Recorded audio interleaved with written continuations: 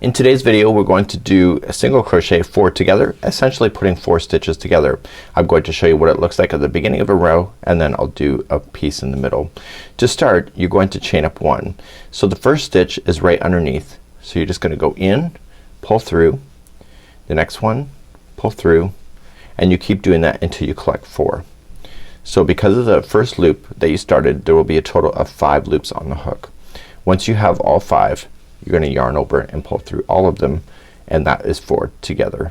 So what you wanna do if you're in the middle of a round or a row, just simply go to the next one. So just in and pull, go to the next one, pull, like so, until you see again 5 loops on the hook, which are these 4 plus the starting loop, and then yarning over, pulling through all of those loops.